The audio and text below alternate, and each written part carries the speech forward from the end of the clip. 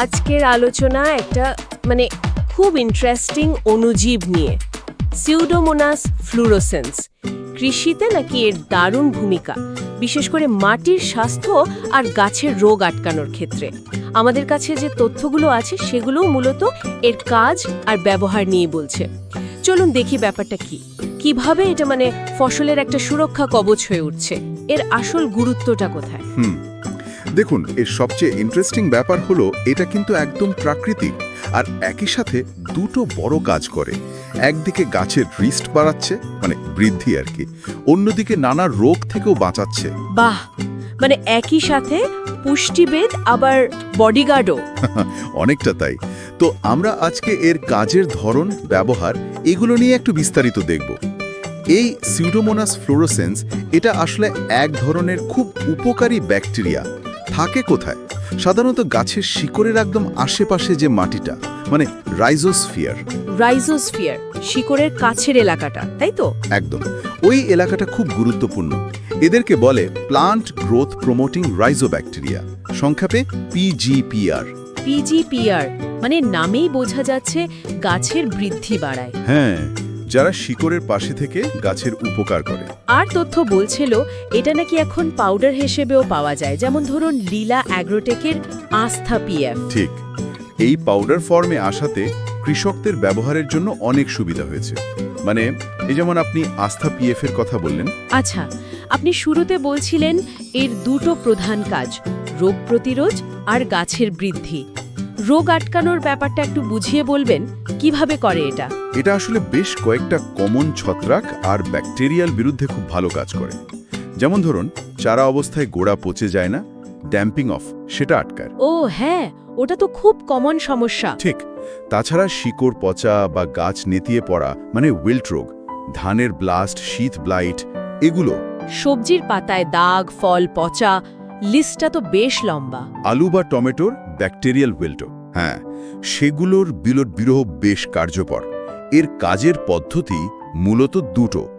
এক, এটা কিছু অ্যান্টিবায়োটিকের মতো জিনিস তৈরি করে, যা ওই খারাপ জীবাণুগুলোকে মেরে ফেলে বা বাড়তে দেয় না।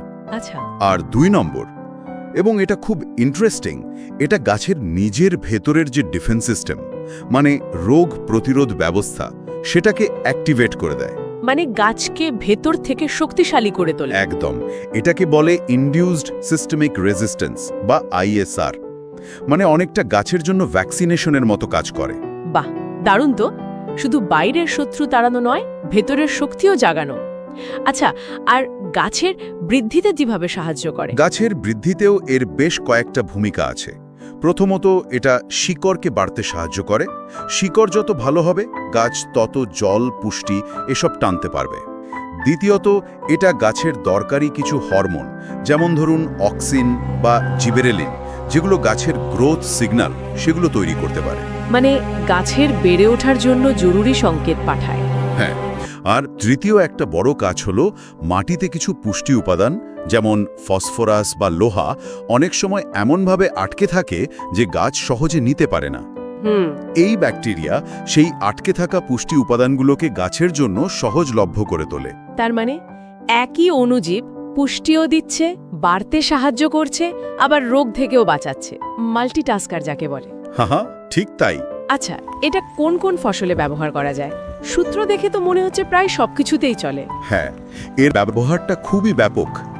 ধান, গম, ভুট্টা এসব প্রধান ফসলে তো বটেই।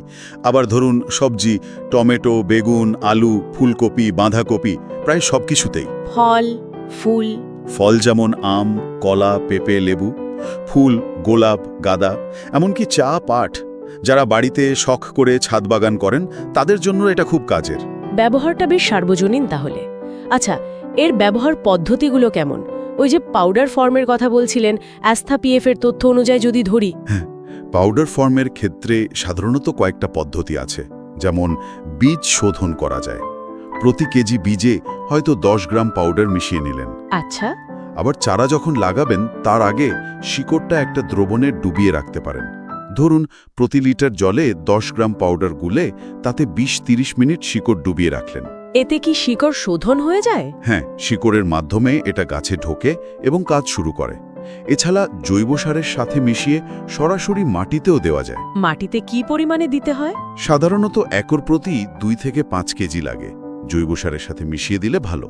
আবার সেচের জলের সাথেও দেওয়া যায়। অনেকগুলো উপায় আছে দেখছি। হ্যাঁ, তবে সবচেয়ে জরুরি বিষয় হলো রোগ আক্রমণ করার আগেই যদি এটা ব্যবহার করা যায়, মানে প্রিভেন্টিভ বা প্রতিরোধকমূলক ব্যবস্থা হিসেবে, তাহলে ফলটা সবচেয়ে ভালো পাওয়া যায়। এটাই বোধহয় গুরুত্বপূর্ণ টিপস।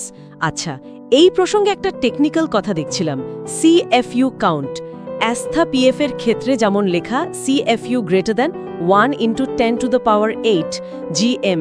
এই CFU জিনিসটা কি? 10 কোটিরও বেশি জীবন্ত ব্যাকটেরিয়া আছে। এই সংখ্যাটা যত বেশি হবে তত কম পরিমাণে ব্যবহার করি ভালো ফল পাওয়ার সম্ভাবনা বাড়ে, মানে কার্যকারিতা নিশ্চিত হয়। ও আচ্ছা, এই জন্যই তাহলে এই ধরনের প্রোডাক্ট যেমন আস্থা PF এত জনপ্রিয় হচ্ছে। সূত্র কি বলছে জনপ্রিয়তার কারণ নিয়ে? সূত্র অনুযায়ী কয়েকটা কারণ আছে। 1, উন্নত মানের মানে পরীক্ষিত ব্যাকটেরিয়া স্ট্রেন ব্যবহার করা হয়। সব স্ট্রেন সমান কার্যকর হয় না। কোয়ালিটি কন্ট্রোল জরুরি। ঠিক। 2, পাউডার ফর্মের সুবিধা, ব্যবহার করা সহজ, স্টোর করা সহজ, পরিবহন সহজ। 3, ওই যে বললাম উচ্চ CFU বা ঘনত্ব, যা অল্প ব্যবহারেই কাজ দেয়। আর সবচেয়ে বড় কারণ হলো এটা সম্পূর্ণ জৈব, মানে কোনো সিনথেটিক কেমিক্যাল নয়, তাই পরিবেশে কোনো ক্ষতি করে না, মাটির জন্য ভালো।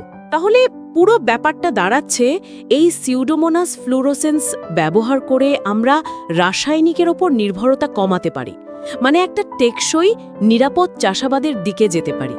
একে তো সত্যি বলা যায় মাটির বন্ধু, ফসলের রক্ষক। অবশ্যই।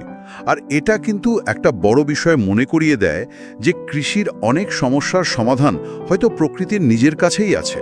আমাদের শুধু সেগুলোকে খুঁজে বের করে ঠিকঠাক কাজে লাগাতে হবে। রাসায়নিক হয়তো চটজলদি ফল দেয়, কিন্তু এই জৈব পদ্ধতিগুলো দীর্ঘমেয়াদী স্বাস্থ্যকর চাষাবাদের জন্য অনেক বেশি জরুরি। ঠিক।